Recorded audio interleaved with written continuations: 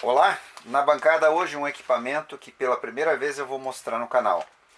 Se você é audiófilo, se você gosta de som de alta fidelidade, se você gosta de equipamentos de áudio vintage ou antigos, esse vídeo é especial para você. Se você ainda não conhece, não sabe a diferença entre som digital e som analógico, especialmente o som de alta fidelidade produzido nos anos 60, 70, 80 em diante, hoje é um dia especial porque você vai entender o porquê que existe a expressão audiófilo e porquê as pessoas que conhecem o que é realmente o som analógico não gostam do som digital e dos equipamentos de som modernos. Mas antes, eu sou Mauro, técnico do Museu da Eletrônica, e esta é a bancada de restaurações do museu. Bem-vindo ao passado.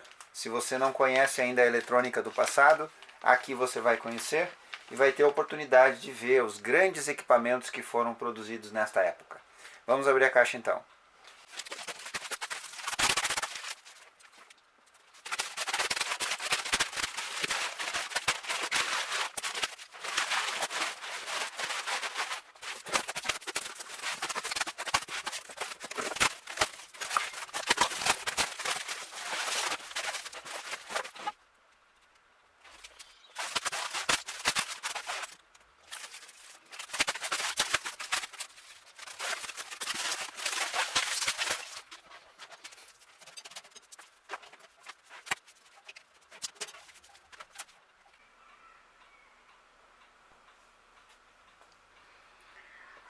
Na bancada então, o maravilhoso amplificador integrado de alta fidelidade, fabricado nos Estados Unidos entre 1972 e 1976 pela americana Marantz. Esse amplificador pertence ao Alexei, lá de Brasília, que enviou para que nós fizéssemos um reparo ou restauração nesse aparelho. Nós vamos avaliar depois, mas ele já avisou que comprou o aparelho no Mercado Livre e que sabe que foram substituídos os transistores de saída de áudio. Depois nós vamos analisar isso. Bom, mas antes de nós entrarmos na análise técnica desse equipamento, como é a primeira vez que eu mostro para vocês num vídeo um equipamento deste nível, nada mais, nada menos considerado uma das grandes marcas e de melhor e mais alta fidelidade e qualidade de áudio de todos os tempos, a gente vai falar um pouquinho sobre a Marantz. Ela merece que a gente dê essa atenção. E se você, como eu disse no início desse vídeo, é um audiófilo e você gosta de áudio de alta fidelidade, áudio analógico, ou se você ainda não conhece a diferença entre áudio digital ou o áudio moderno e o áudio analógico puro, assista esse vídeo. Faça um esforço e eu tenho certeza que você vai gostar. A americana Marantz foi criada por Saul Marantz nos anos 1950. Começou como um projeto pessoal. Ele queria projetar um pré-amplificador de alta fidelidade e que pudesse conectar todas as suas fontes.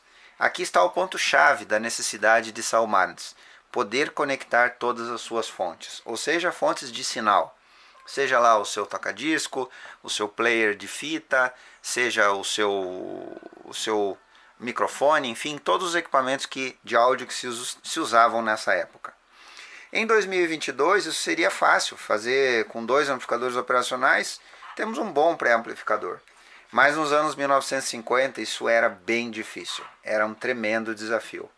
Um dos exemplos da dificuldade é os discos em long play de um fabricante não podiam ser ouvidos em equipamentos de outros fabricantes.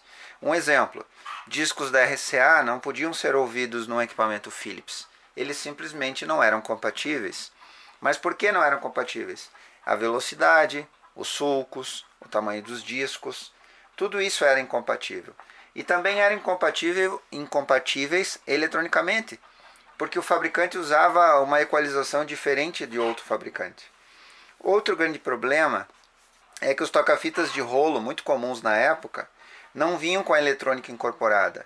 Tinham um motor para avançar e retroceder a fita, e um cabo que ligava o cabeçote direto na entrada do pré-amplificador. Então, como resolver esse problema de compatibilidade e impedância de entrada? Os equipamentos de áudio daquela época não estavam normalizados, como a gente tem um padrão hoje. Então, aí você pode imaginar a imensa dificuldade que alguém que gostaria de ter uma sala de áudio com seus toca-discos, toca-fitas, enfim, tinha para conectar esses equipamentos aos seus amplificadores de áudio ou pré-amplificadores. A grande vantagem Marantz é que poderia conectar no mesmo equipamento todos os diferentes equipamentos de áudio que desejasse. E depois, quando a gente fazer a análise técnica desse aparelho, eu vou mostrar isso para vocês. Mas ele enfrentou grandes desafios. Por exemplo, o nível de sinal foi normalizado mais tarde em 500 mV por 50 km. Os equipamentos daquela época utilizavam um nível de sinal diferente, sobre uma impedância que poderia ser, na maioria das vezes, alta, tornando os equipamentos incompatíveis entre si. O objetivo de Marantz era justamente poder conectar todos esses equipamentos num mesmo console, no mesmo pré-amplificador ou amplificador. Mas como ele faria isso? E a solução veio logo em seguida. A primeira parte desta solução, inserindo um seletor especial no seu equipamento que permitiria ajustar as suas entradas de acordo com a fonte de sinal conectada. A segunda solução foi utilizar o controle de tonalidade recém-inventado pelo engenheiro de áudio Peter Baxandall, que permitiu que o pré-amplificador pudesse corrigir qual som e como o usuário iria utilizá-lo. A terceira parte dessa solução foi utilizar a fonte de alimentação fora do console e evitar as interferências de ruído do transformador. O seu console, então, projetado para uso pessoal, foi mostrado aos seus amigos que lhe disseram que funcionava muito bem e imediatamente lhe pediram para comprá-lo. Assim, o Sr. Marantz iniciou a sua carreira de fabricar equipamentos de áudio profissional para alguns poucos clientes. Com uma meta de fabricar 100 equipamentos Hi-Fi por ano, no primeiro ano ele acabou fabricando 400 equipamentos. E assim nasceu a maravilhosa indústria de equipamentos de áudio de Marantz. O primeiro produzido a nível industrial foi o Marantz Model 1, console de áudio. Faltava agora um amplificador de potência de alta fidelidade. A tecnologia mais utilizada em sua época era ultralinear, com saída classe A, que consome muita energia e entrega pouca potência. Ele utilizou então um Wilkinson Push-Pull classe B, que entregava de 30 a 40 watts por canal. Isso era um exagero para os anos 1950, mas teve absoluto sucesso. Esses equipamentos tiveram tanto sucesso que foram utilizados no projeto Apollo 11 como instrumentação de áudio padrão. Mas o ápice dos equipamentos Marantz veio nos próximos modelos. O Model 2, o Model 3, o Model 4, o Model 5, até a chegada do Model 7. Os equipamentos de áudio dos anos 1950 a 1960 eram monofônicos, ou seja, o som era monofônico, só existia um canal. O som estéreo somente chegaria em 1970 ou nos anos 1970. Foi então que em 1964, entre 1964 e 1966, Marantz fabrica o pré-amplificador Model 7 estereofônico, que é muito parecido com o Model 1200, que é esse aqui que a gente vai falar daqui a pouco especificamente sobre ele. O Model 7 era pré-amplificador de áudio de alta fidelidade e alta qualidade, com alta tecnologia disponível no seu tempo. Fonte separada, controle de tonalidade, múltiplas entradas, ajustes das respostas de frequências com todos os equipamentos possíveis. E foi lançado acompanhados pelos amplificadores Model 8 e Model 8B. Mas até aqui, Saul Marantz fabricava equipamentos valvulados e sabia que teria que fazer a transição para os equipamentos transistorizados. Nesta época, todos os fabricantes utilizavam transistores de germânio, assim como a Philips, por exemplo. Então, em 1964, 1966, nasce um pré-amplificador estéreo transistorizado de silício Marantz modelo 7P, de alto espectro. O Model 7P tem um som maravilhoso, apesar dos erros de polarização, porque os engenheiros da Marantz estavam aprendendo ainda a fazer isso. Marantz usou a topologia Cicley para a etapa de saída de potência. Um Cicley tem uma distorção de alta frequência muito pequena e é um som muito gostoso. Então os engenheiros da Marantz criaram em 1965, 1966 uma etapa de potência de simetria pura, push-pull, classe AB, tipo Cicley, com 2 blocos de amplificadores de voltagem. Nos modelos Marantz modelo 30, Model 33 e em 1972, utilizaram os circuitos do pré-Model 7 e da etapa de potência Model 33 para fabricar o Model 1200, exatamente esse que está aqui na bancada hoje. Como eu disse antes, esse amplificador que está aqui no vídeo foi comprado no Mercado Livre e, segundo o seu proprietário, foram trocados os transistores de saída. O problema é que em 2022 poucos conhecem a topologia Cicley da etapa de potência, porque esse circuito basicamente só foi usado pela Marantz. A topologia Cicley não aceita transistores equivalentes. Existem relatos de colegas do passado que tentaram trocar esses transistores e eles literalmente explodiram. Vamos agora à análise técnica desse exemplar que está aqui na bancada hoje. De cara, o que chama atenção é uma frontal de alumínio anodizado que é radiada, ou seja, enquanto a maioria dos instrumentos dessa época, ou dos equipamentos dessa época, usavam o alumínio anodizado liso, Marantz resolve usar esse aqui que é radiado. Nós podemos ver passando a unha aqui. Uma outra característica desse frontal é que o anodizado é levemente dourado, dando contra a luz, então, um efeito muito interessante. A primeira coisa que nós vamos analisar, então, aqui nesse painel, é exatamente o seletor de múltiplas entradas, que é o que muito provavelmente motivou, como eu falei anteriormente, o Marantz a produzir esses equipamentos. O que a gente tem, então, aqui? Uma entrada para microfone, duas entradas para fono, uma entrada para tuner e duas entradas auxiliar. Na sequência a gente vê o seletor de modos. E ele é bastante interessante porque a gente pode escolher aqui somente o canal direito, somente o canal esquerdo, estéreo, estéreo reverso para ver se está equilibrado e também mono. Nessa época essa opção mono era bastante útil. Depois a gente vê os controles de volume acima e o controle de balanço abaixo. Normalmente o que se vê na sequência nos equipamentos posteriores a esse são controles de volume bastante grandes, mas aqui nós estamos falando de um dos primeiros equipamentos que tem essas características. Aqui a gente já encontra características diferenciais desse produto, ou desse projeto de equipamento de áudio de alta fidelidade. Acima a gente tem o filtro para altas frequências, onde você pode escolher entre 5K, saída ou 9K. Abaixo nós temos o filtro para baixas frequências, 50, saída e 100 Hz.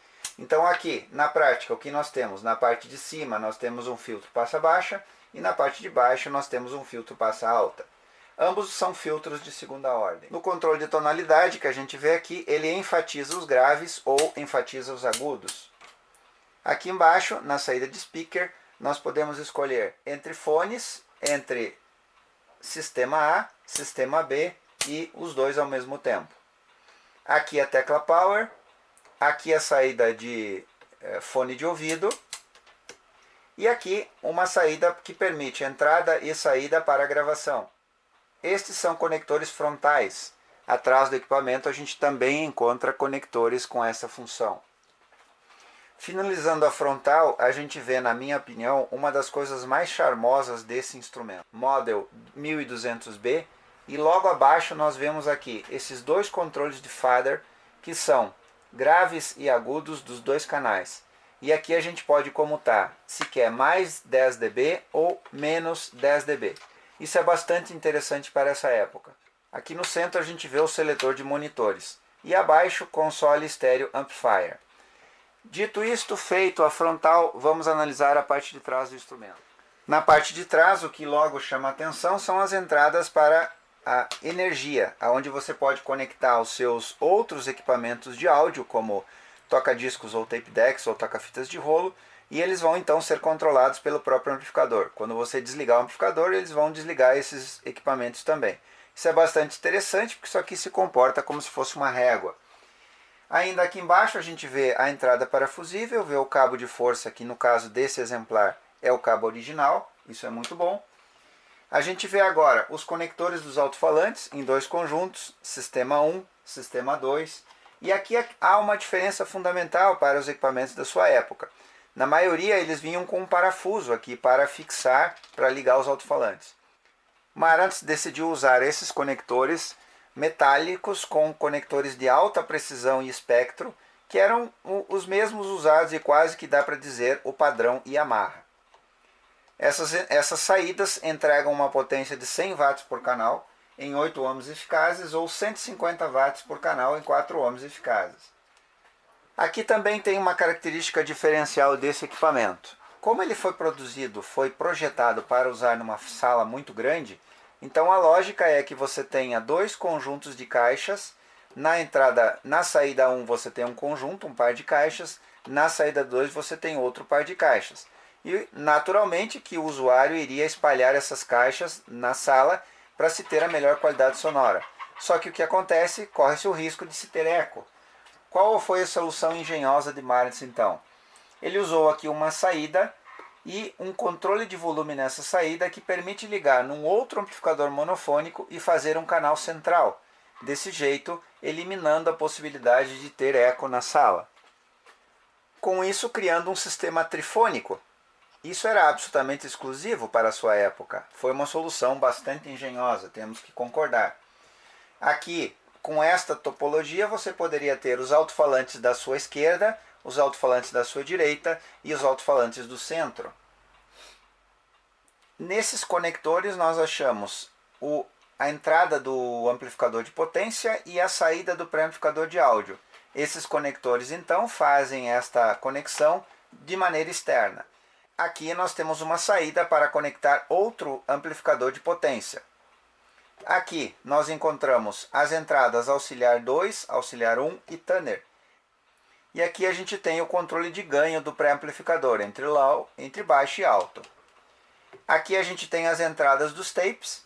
E aqui tem uma característica interessante, que como esse equipamento foi fabricado nos Estados Unidos, mas existiam na época equipamentos europeus, então eles adicionaram aqui um conector de 5 pinos no padrão europeu. Agora aqui nós temos entrada para o fono 1, para o fono 2 e duas entradas para microfone, como eram muito utilizados nessa época. Finalmente temos aqui o conector de aterramento do chassis e a plaquinha que identifica esse equipamento. Marantz, Sun Valley, Califórnia, o número de série, 120 volts, 50 e 60 Hz, 280 watts. Esse 280 watts é discutível, a gente vai comentar daqui a pouco, quando abrir o equipamento e falar da potência dele. Bom, logo a gente nota aqui, os parafusos originais não vieram, apenas 2 parafusos. Eu vou remover esses 2 parafusos para a gente começar a analisar agora a parte interna desse equipamento. E vamos comentar um pouquinho sobre a engenharia que levou Marantz a construir esse equipamento com esta topologia de sucesso.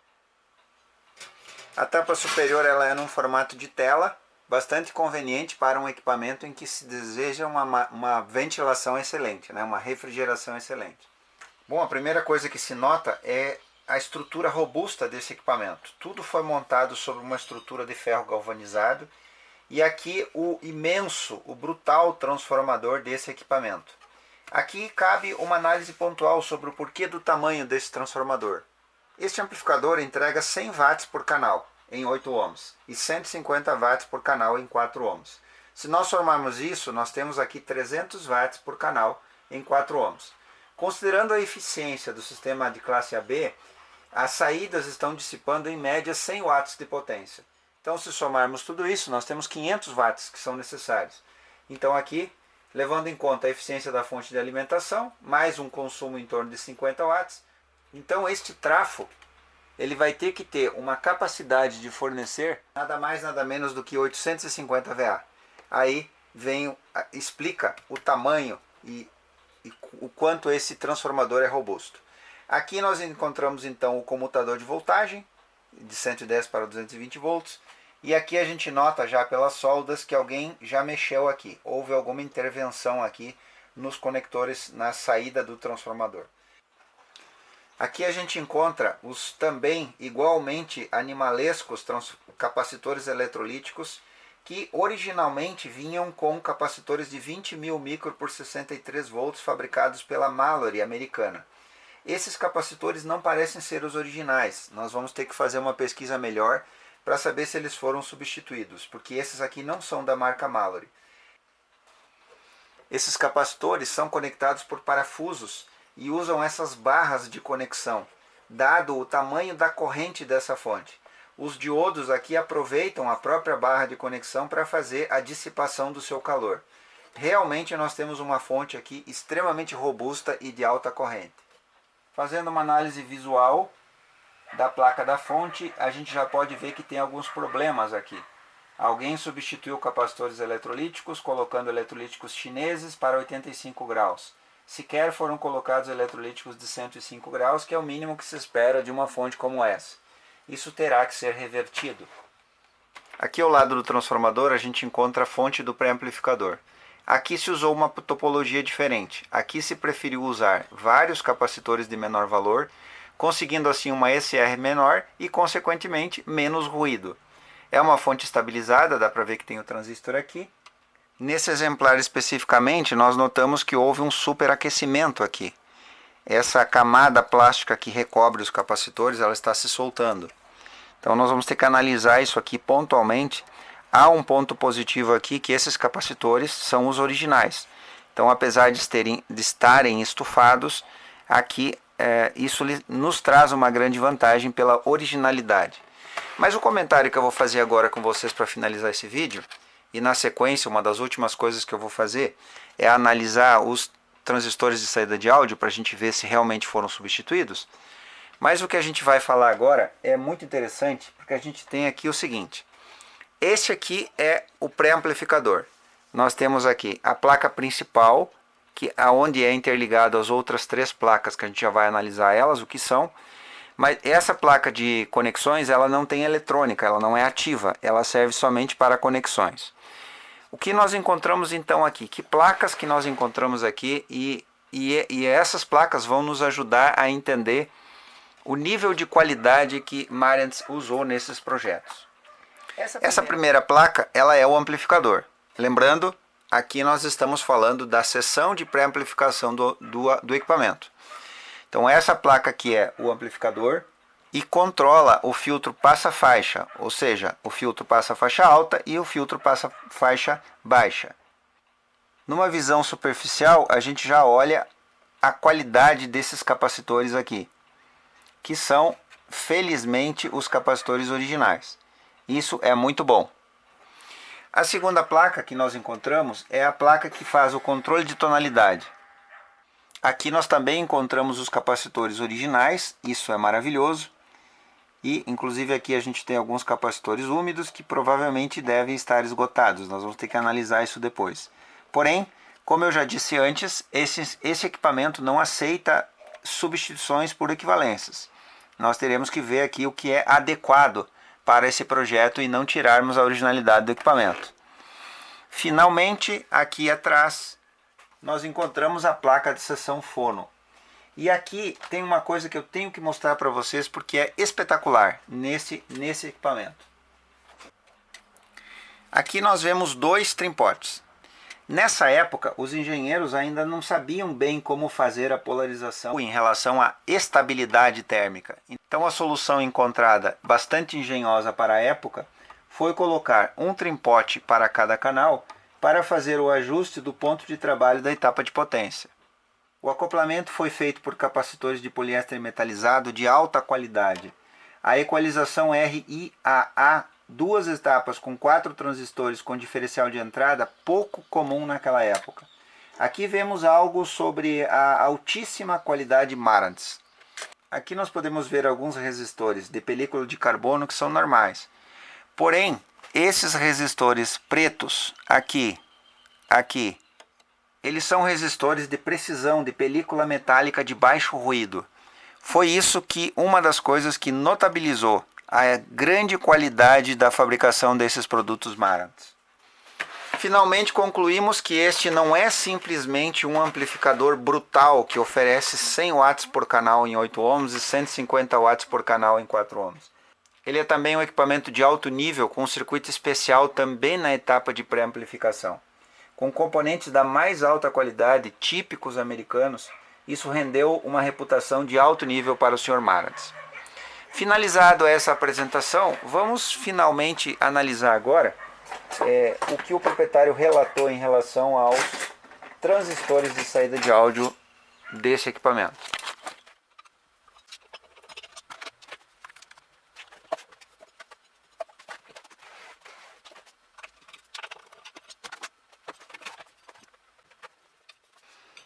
Aqui nós notamos que foram trocados transistores sim.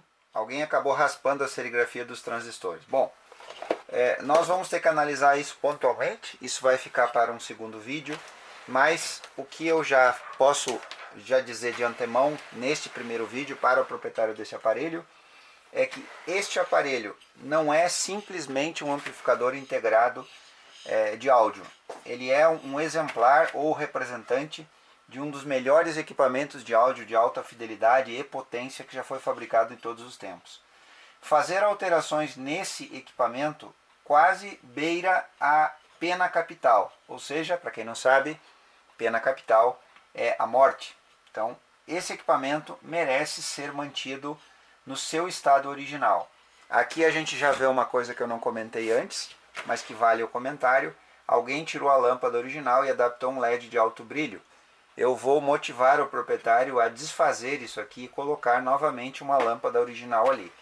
Bom, o que eu quero dizer com esse vídeo é que esse aparelho não pode ser alterado, ele merece ser devolvido à sua condição original. Uma das últimas coisas que eu tenho que dizer é que o proprietário enviou esses pinos banana para serem substituídos pelos conectores originais. E eu não farei isso. Não pode se fazer esse tipo de alteração num aparelho clássico como esse aqui, num aparelho desse nível, nada mais, nada menos do que um Marantz 1200B, um maravilhoso Marantz 1200B. Então, a nossa escola, digamos assim, de trabalho é devolver a originalidade para o equipamento. A nossa proposta para o proprietário será fazer todo esse trabalho de um jeito em que o amplificador volte o mais possível para o seu funcionamento e circuito original, inclusive com circuitos e componentes originais. Os transistores de saída de áudio desses amplificadores Marantz, eles não aceitam equivalências. Por mais que você seja um colega que já tenha feito, esta é a minha opinião e ela foi formada ao longo dos anos e conversando com os grandes técnicos dos anos 70, 80 e 90. Então, o que esse aparelho merece? Nada mais, nada menos do que uma desmontagem completa, tirar toda essa oxidação que ele tem aí, essa ferrugem, fazer uma lavagem completa nessas placas, verificar esses capacitores, por que parecem não ser os originais, o que aconteceu aqui, reverter essas substituições de capacitores errados, verificar todos esses capacitores originais se estão em condições. E aqui entra uma observação muito importante: se for necessária a troca de capacitores no estágio de pré-amplificador, os capacitores terão que ser especiais para áudio, eles terão que ser importados para isso. Aqui não aceita capacitores eletrolíticos por mais alta qualidade que seja. Então, dito isso, está aí apresentado esse maravilhoso Marantz Model 1200B. Na sequência eu enviarei uma avaliação técnica por escrito para o proprietário e eu espero que ele entenda o nosso posicionamento em relação a usar somente componentes originais e a devolver aí o máximo possível a originalidade do equipamento. Legal? Eu espero que você tenha gostado desse vídeo. Eu espero que você replique ele para os seus amigos, para aqueles que são audiófilos, para aqueles que gostam de áudio analógico profissional.